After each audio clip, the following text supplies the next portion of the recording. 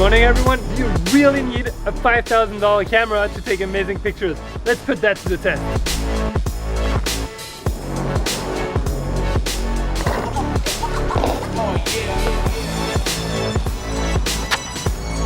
Alright guys, I hope you're having an amazing day. So today is a bit special because so many people keep telling me that they need a better camera to take better pictures. So I found a gem in the closet at my in-laws, and it is a 12-year-old camera. It's worth about $150 right now. And you know what? I thought we're gonna make a little challenge together, and we're gonna see if this $150 camera, how does it compare to a $5,500 camera? It's going to be very simple. We're gonna just check the specs quickly before, and then we're gonna shoot 3 different settings. One's gonna be like landscape style, one's gonna be static, and one's gonna be movement. And I'm gonna have awesome Trina, who is behind the camera right now, for the shoot. So it's gonna be 5 minutes on each for each camera, and we'll see how it compares. Maybe I'm totally wrong. Maybe better cameras makes better pictures. Let's see. Let's find out together. All right, before we start shooting, what are we working with? This baby is from 2006. It's a Nikon D40. It has a 6.1 megapixel sensor. Woo! Nikon DX format, meaning crop sensors. ISO 200 to 1600 with an extended range of 3200. Up to 32 gigabytes of storage. Focus modes, single, continuous, and auto. 3 sensors for the focus areas, built-in flash. Who uses flash anymore? Continuous shooting, 2.5 frames per second and 100 images in JPEG buffer. Whoa, incredible. This is a beast compared to my Sony A7R3. The fun fact is when you turn on the camera, there is that screen at the back that you might not see, but it looks like it's a Game Boy from the old days, so it's kind of funny. Woo! So if that was not enough, I also found a 50mm 1.8 lens, which is amazing, but it's going to be running on manual on this camera. Doesn't matter, I will still try, and let's see what we can get. Is everyone ready? Trina, ready? Yeah, I'm ready. We're gonna put 5 minutes on the clock. Hey Siri. No. Put a 5-minute timer now. Your timer is set for 5 minutes. Boom! We're on, guys. 5 minutes. First camera is going to be this Nikon guy. I'm gonna shoot wide first, and I'm gonna change lens super quickly. Trina is gonna be in that alley. I think it looks cool. We're gonna have dynamic, where she's gonna be walking. We're gonna have her static, and we're gonna have her also go here. We'll do the same on both cameras. Let's go. Let's get started. I'm losing time. I'm speaking. I put the camera in manual because I have no other way of controlling it. Otherwise, there is no light meter inside it. It's really weird. I don't know. All right, let's see what we have here. 3.5. All right. Okay, I'm supposed to do in continuous shooting mode now, but I don't really know how to continue. Here we go. Ready, Trina? Yeah. So, come towards me. Oh. It's having real difficulty here to find when I'm shooting against the light. Okay, Trina, one. Going with the 50mm. So I tried to change to continuous focus mode. Let's see if it works. I'm gonna move back to, this is actually in manual, so I don't know how it's gonna handle. It's in manual, there is no focus peaking, there is nothing. 1 minute left. Woo, got lots of time. Okay, 1 minute left. We're lacking inspiration, guys. Okay, done with the first camera. I kind of went over time, but because I was speaking at the beginning, we'll just put it that way. It's my game, my rules. Next is going to be with this camera, with the A7R3. Just want to say, it was really difficult. First of all, the manual part of it is like you have no clue if it's in focus or if it's not in focus. On the R3, I have focus peaking, I have the live view, I have all that. Now I have no clue. Even if you look at the picture at the back after, you don't really know what you shot. The good thing is that it's blinking for the highlights, which means I might have blown out absolutely everything. I don't know. There's no way of putting this camera in ISO auto either, which means I was in ISO 200 minimum. Whew. Let's see how that goes. Oh my god, I think, yeah, we'll see in a second. Let's do the second one. Ready? Hey Siri, put 5 minutes on the clock. Sorry, I can't manage clocks here. What? Put 5 minute timer. We're doing a photo challenge here. Come on. 5 minutes. 5 minutes, let's go, let's start. Camera in my hand, needed, let's go. First shot, as usual. Over here, Trina, ready? Just want to say, the sun went away, it went cloudy, so different photo now. Ah!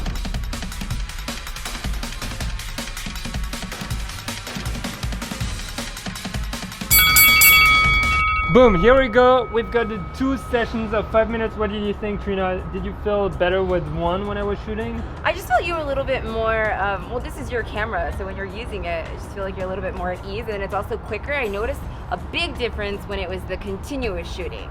Oh yeah, yeah. I think I shot a lot more with the Sony. And in case you're wondering, I was on the 1635 2.8, the Sony lens. And we're gonna take a look at the pictures, but tell me, Trina. I was gonna say, I think you shot a lot less with the Sony because you Really? had your shot, you got your shot very, very quickly, whereas you were doing a lot more test shots with the Nikon.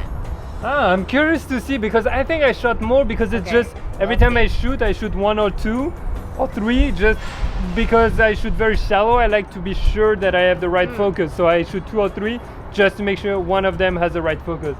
Ooh, that's gonna be interesting. Are you Yes. excited to see? I'm very excited to see it. Cool. All right, let's go ahead and review the photos on the laptop.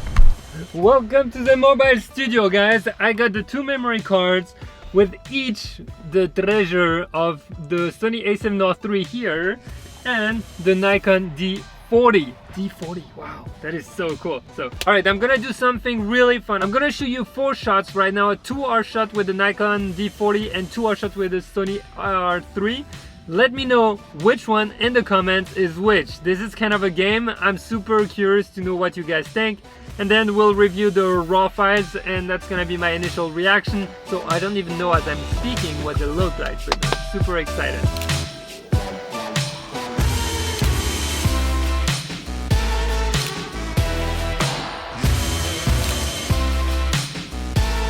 I want to say that it was a lot more difficult for me to shoot with the old camera for a few reasons. The ISO could not be set in auto, which was slightly frustrating.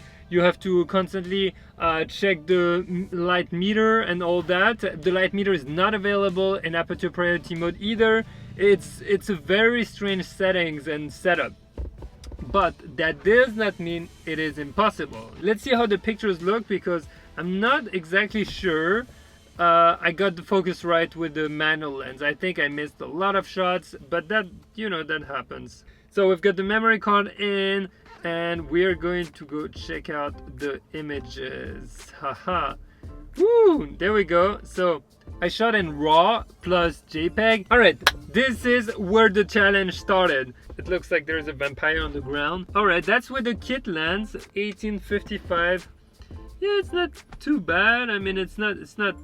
You can see it's not very sharp, but it's okay. I can't really zoom more. Hey, if you get it right, like this angle is good. That's cool. Got a lens flare. Oh my God, what happened? What is that? Look at that. Do you guys see that? This is so weird. Like that lens flare is so weird. It's as if it destroyed the sensors. Note to self, don't try to play with that. Now we tried something else. Still shooting with a kit lens 3.5. And boom, that's the difference. Remember, there is a video, I think it's the 3 things I wish I knew before starting photography, and I said the most important thing is getting the right lens. So the moment we switch from the kit lens to the other lens, it looks 1,000 times better. The background is blurred, it's really nice. Now it's manual focus, so look, I focused on the front of the hat here, then I focused here, then I missed it. Oh, that one's working kind of, I think. Oh, that's cool. I kind of like that one. What do you guys think about that one? That's not bad. Okay, Trina laughing, that's cool. See, there is a huge difference between the kit lens and the other lens. That makes day and night. So I'm shooting at 1.8 right now. I'm pretty sure I missed the focus on all those shots. Yeah, thought that was okay. Clearly not okay. That one's in focus. That's pretty cool. Oh, that's the last one. 45 photos in 5 minutes with that camera. Sony shots. Are you ready? 42 million pixels. Here we go. Those are the Sony pictures. First of all, I shot 115 photos in 5 minutes. Damn, that is intense. It was so much easier for me to shoot because I had instant feedback in the camera. I knew what I was looking at. The focus point was like, I could place it absolutely anywhere. I didn't have to shoot in manual, and if I did shoot in manual, I have focus peaking. Now you can see those shots, first of all, like there's so much more zoom capability. Obviously we're talking about 42 megapixel versus 6 megapixel. I shot lower with a wider angle, so we really get bleeding lines. Okay, I didn't like those, the light died on me, so we took a few, but we went back after. All right, nothing special, the light's back. Oh, that's when I shot in continuous focus, meaning it looks like all those shots are actually in focus. That is cool. That shot at 2.8, background still like very present.